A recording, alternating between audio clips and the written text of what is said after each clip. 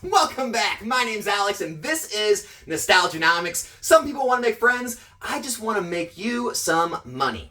Today we're going to talk about the out of sight, out of mind investments that are absolutely booming. When I say booming, I mean booming. If we would be seeing these level of percentage gains in any of the limelight sets that's in everyone's focus, it'd be front page news. It'd be on every single YouTuber's channel.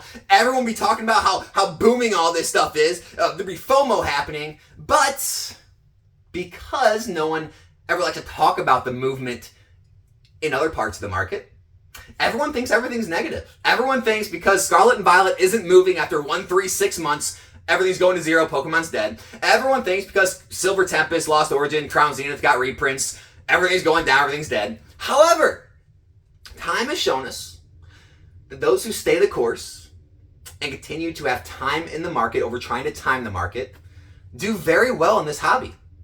And you're going to see examples of that right now on how other parts of this hobby are doing, because they are doing very well. We are seeing large amounts of money pour into this hobby in other areas. I think the reason is people are getting smarter. People are getting a lot smarter when it comes to their investing. The same amount of money I think is still pouring in the hobby, right? That hasn't stopped.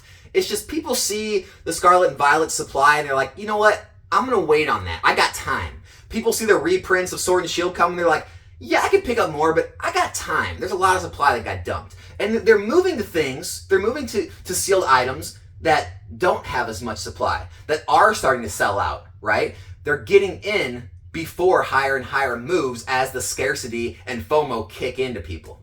And so I'm going to address that. First, I am going to take a second. This is not going to become a drama channel. I'm not going to let that happen. But I will take a second to address some of the drama. Yes, I did make a video about the market being manipulated. Yes, I do think it's very real. I'm not playing some kind of character, which I get accused of. I'm not creating boogeymen, which I get accused of. Yes, the market gets manipulated by higher net worth individuals who collectively get together and choose things to pump and dump. It's happened forever, right? It does happen. You can believe me or not, but no, I'm not making things up. It happens every single day. And most of the people that speak out against this are usually the ones doing it or part of those groups. Second, I will address the CGC thing. Yes, I do stand behind what I said about CGC. It's a terrible grading company. Has less liquidity. It goes for less money. It accounts for like almost none of the eBay sales each month.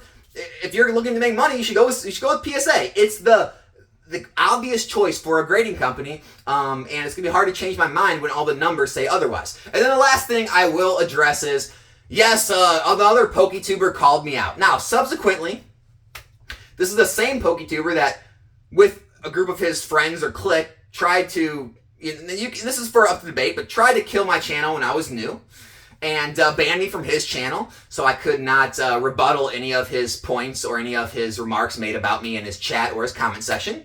And now that my channel didn't die, and I have grown and am still growing, he wants to come on my channel now and debate, which I said, no, I'm not going to let that happen. And then all of his followers proceeded to come on my Discord and try to attack me and say I'm dodging him and all this.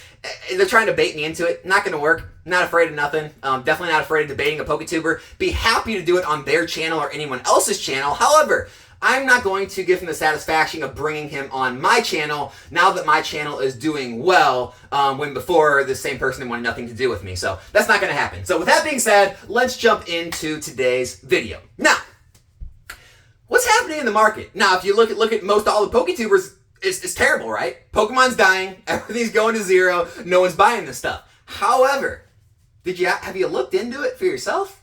Don't worry, I did the work for you. Burning Shadows, it can be compared to Obsidian Flames. Charizard set, right? I mean, it's got a couple cards, they have like some value, but basically it's all the Rainbow Charizard, right? It's all it is. $350 5-6 months ago. Today, confirmed sales at $425. That's a 20% gain, people. 20% in like 4, 5, 6 months. That's a big move. That would be talked about if it was in the Limelight set, correct? Forbidden Light, one of the weaker sets in all of Sun and Moon. $280 6 months ago. $400. It's $400 now. That's almost a 50% gain. Almost 50% in 6 months. Why is no one talking about this? Why is no one talking about all this other sealed product moving? I got more.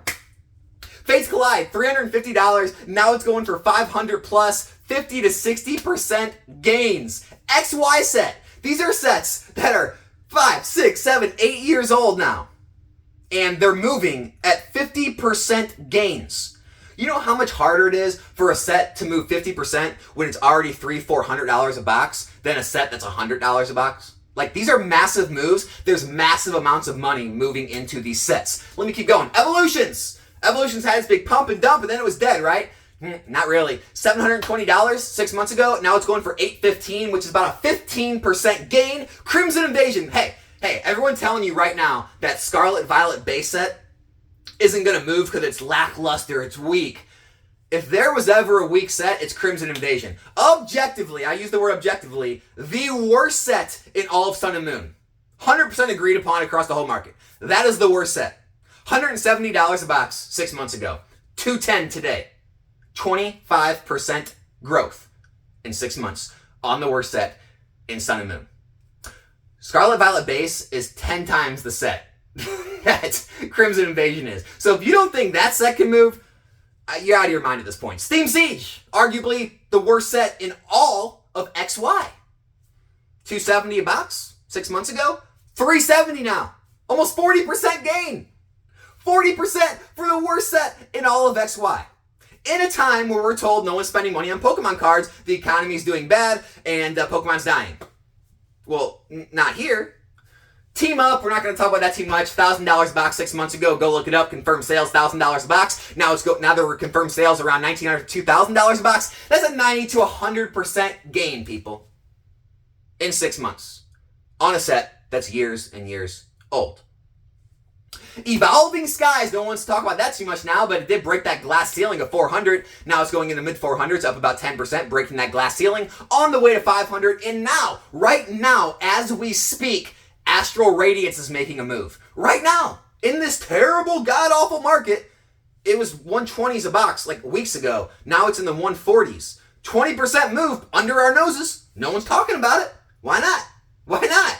Oh, because it's not in the limelight. It's not, Silver Tempest, Lost Origin, and Crown Zenith that all got reprints and they're going down, so we gotta talk about them. It's not Scarlet Violet era that's literally 6 months old and it's not moving, going to the moon yet, so we gotta talk about how bad it is. Why is anyone talking about all these sets? Right? That video I made a little while ago about Hidden Fates. Why is anyone talking about all those singles in that set going up? Why aren't people talking about all of these different singles and PSA cards in a lot of these Sun and Moon XY sets in the past 6 months, all going straight up, parabolically? I'm not saying this is like a conspiracy. I'm not making conspiracy here that people are like trying to keep this down. That's not what this video is about. I'm just saying it's out of sight, out of mind. People get so wrapped up and emotional about what's happening right now, and they're looking forward to the new set and 151 and Paradox Rift, and is this going to save Pokemon or save Scarlet and Violet? And they forget there's a whole big, wide market out there of money that's been pouring into it. And all these numbers, these are confirmed sales. These aren't like, some listed on eBay at buy it now or best offer and no one pays it. No, these are confirmed sale prices, I'm telling you. These are selling. People want these items. People are realizing, you know what? I got some time on Scarlet and Violet. It's probably going to be stagnant for a while. There's a lot of supply. Pokemon needs to get under control. You know what? There were some reprints recently on Lost Origin and Silver Tempest, and then Crown Zenith's coming. Maybe I'll pick up some more. Maybe I'll leave it. It's probably going to be stagnant for a little while. A lot of supplies coming. Maybe I'll go back to some of these sets that the reprints are pretty much over on, or they're, years and years old. So maybe I'll go pick up some Astral Radiance, right? Maybe I'll go pick up some Sun and Moon, some XY sets, because they're getting more scarce by the day. They're not making more of it. If you want to do save searches on a lot of these sets back then, go do that. Save searches on eBay, and you'll see every single month, check them. There's less and less and less supply every single month.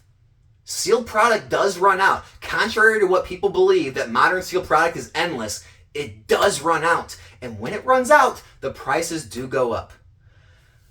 Guys, if you take anything from this video, it's pretty much a couple things. One, broaden your horizons.